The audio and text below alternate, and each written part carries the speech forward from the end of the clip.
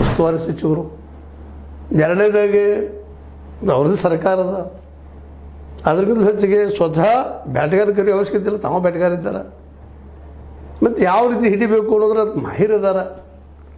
ಯಾವ ರೀತಿ ಎದುರಾಳಿಯ ಒಂದು ಏನು ದೋಷಗಳದ ಹಿಡೋದನ್ನು ಹೊತ್ತಿ ತೆಗಿಬೇಕು ಅನ್ನೋದ್ರಲ್ಲ ಬಲಿಷ್ಠರಿದ್ದಾರೆ. ಹೀಗಾಗಿ ಹೌದಪ್ಪ ಗೆಲ್ತೀನಿ 3 ಭಾಳಲ್ಲ ಅಂತ ನಾವು ನೀವು ಎಲ್ಲ ಮಾತಾಡ್ತಾ ಇದ್ದೀವಿ.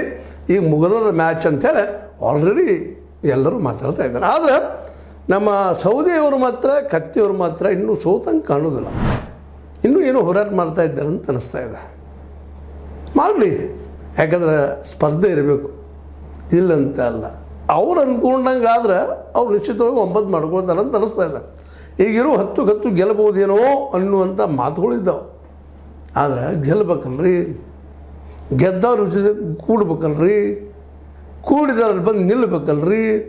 ಯಾಕಂದರೆ ಎದುರಾಳಿ ಜಾರಕಿಹೊಳಿ ಸಹೋದರರು ಮತ್ತು ಮಕ್ಕಳು ಅವ್ರನ್ನ ಎದುರಿಸ್ಬೇಕಾಗ್ತದೆ ನಿತ್ಯ ಅನ್ನುವಂಥ ಭಯನೂ ಭಾಳ ಜನರಲ್ಲಿದೆ. ಭಾಳ ಜನ ಅದಕ್ಕಾಗಿ ನಿಲ್ಲಿಲ್ಲ ಎಲೆಕ್ಷನ್ಗೆ. ಕೆಲವೊಬ್ಬರು ನಿಮಗೆ ಗೊತ್ತದ ಈಗಾಗಲೇ ಸುದ್ದಿ ಆಗ್ಯದ, ಈರನ್ನ ಕಡಾಡವರಿಗೆ ಒಬ್ಬ ಸೂಚಕ ಸಿಗಲಿಲ್ಲ, ಸಿಕ್ಕಾವು ಎಲ್ಲೋ ಗಾಯ. ಕಡೆಗೆ ಅವರ ಮನೆಯೊಳಗೆ ಇಲ್ಲರಿ ಆರಾಮಿಲ್ಲ ಎಲ್ಲಿ ಊರಿಗೆ ಹೋಗಿದಾರೆ ಅನ್ನುವಂಥ ಹೇಳಿ ಬಿಟ್ಬಿಟ್ರು. ಅಂದಾಗ ಈ ಪರಿಸ್ಥಿತಿ ಇದಾಗಿಲ್ಲ, ಗೆಲ್ತಾರಪ್ಪ ಅವರು, ಆಡಳಿತ ಮಾಡ್ತಾರೆ, 2 ಮಾತಿಲ್ಲ, ಮಾಡಲಿ.